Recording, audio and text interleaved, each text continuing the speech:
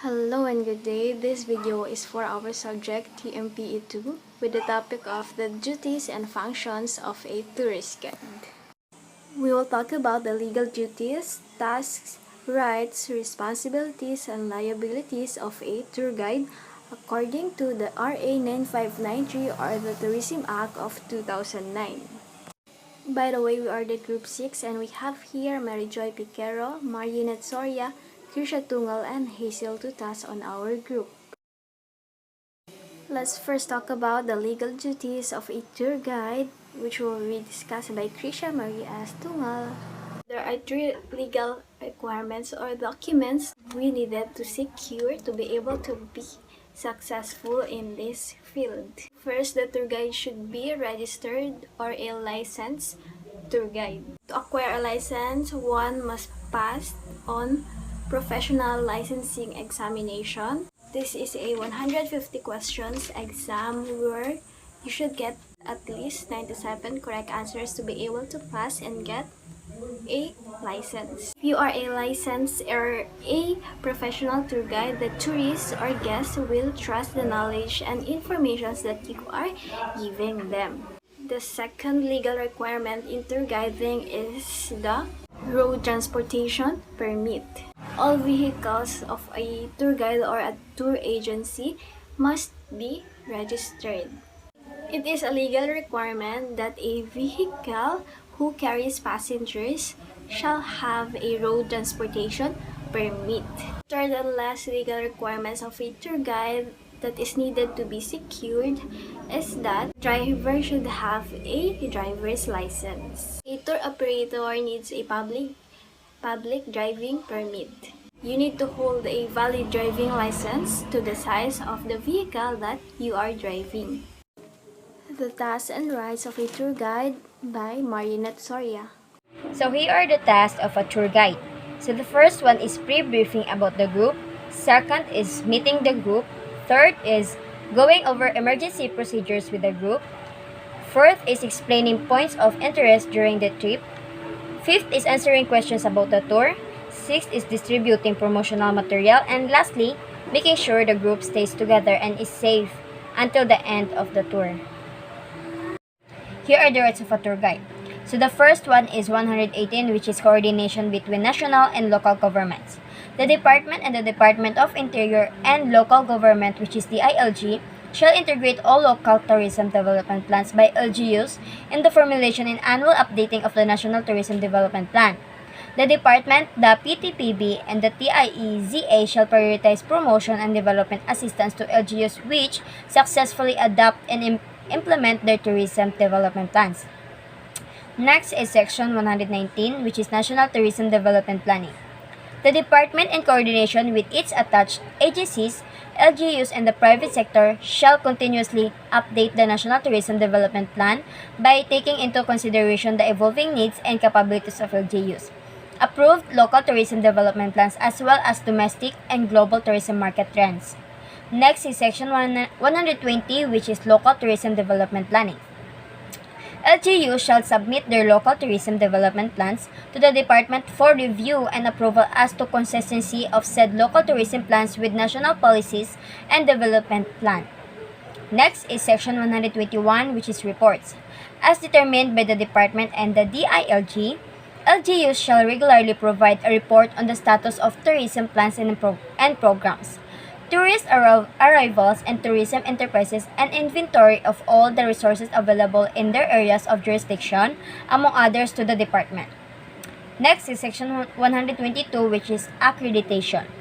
The department shall prescribe the standard for the operation and maintenance of the tourism facilities and services.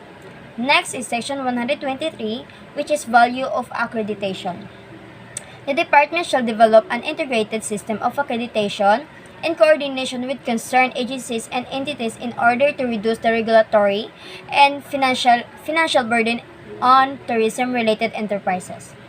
Next is Section 124, which is local government capabilities.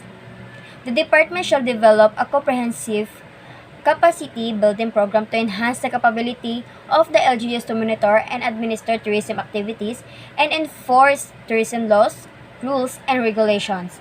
Funding for this program shall be shared equitably between the department and the LGUs concerned. Next is Section 125, which is Tourism Officer. The position of tourism officer shall be created as permanent item in every province, city, or municipality in which tourism is significant industry. Next is Section 126, which is Tourism Assistance. LGUs shall allocate appropriate funds for the construction and maintenance of the Tourist Information and Assistance Center, including the provision of personnel to manage the center. And lastly, the Section 127, which is Tourism Site Classification. The tourism councils in the administrative regions shall meet on a regular basis to classify and evaluate tourism destination, sites, and activities within their respective regions. Next, let's talk about the responsibilities of a tour guide to be reported by Mary Joy Piquero. Responsibilities. The tour guide's responsibilities include planning travel itineraries, familiarizing customers with the locality by vehicle or foot, and ensuring that the group remains safe at all times. You should stay up to the date with the new attraction that may be interest to the customers.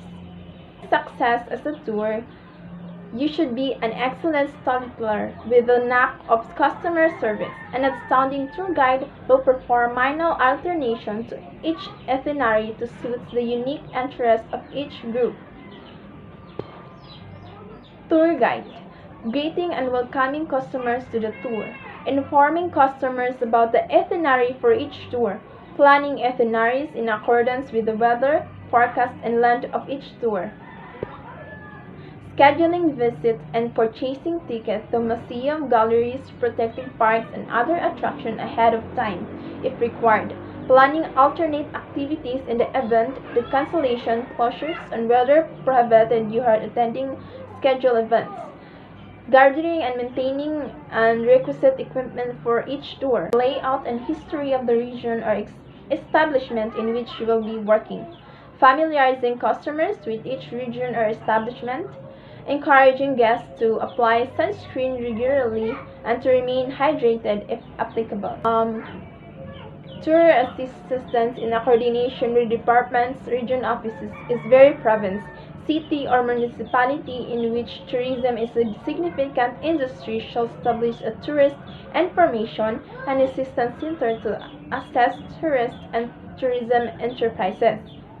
So the tourism councils established in the administrative regions of the country shall meet on a regular basis to classify and evaluate tourism destination sites and activities within their respective regions. Such classification and evaluation may be used by the department and its attached agency, LGUs, and the private sector as guide in the development and implementation of their respective programs.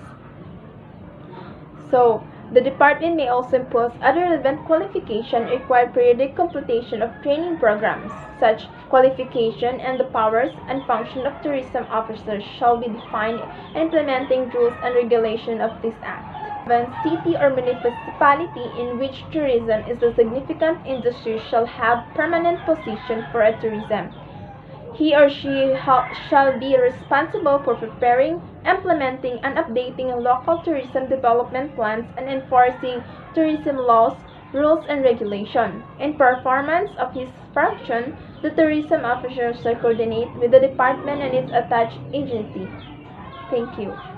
Lastly, the liabilities of a tour guide to be reported by Hazel Tutas.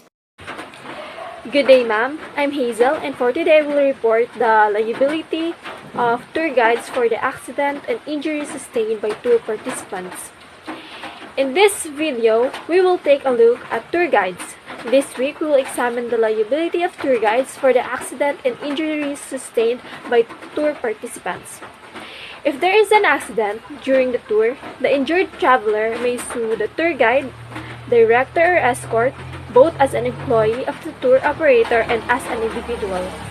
The liability of the tour guide may, under appropriate circumstances, be premised by upon tourist and negligent breach of quarantine and misinterpretation. A tour guide is supposed to lead tour participants visit aquarium sites or locals.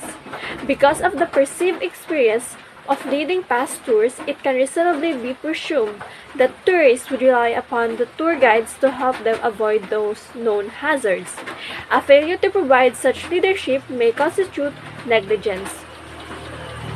Tour guides are, of course, relied upon by the tour participant for their perceived expertise and knowledge of what to see and what to avoid. As such, tour guides must be very careful indeed in how they conduct themselves during the guided tour. That would be all for the reliability of tour guide. Thank you. That's all for this video. Thank you for watching and have a good day.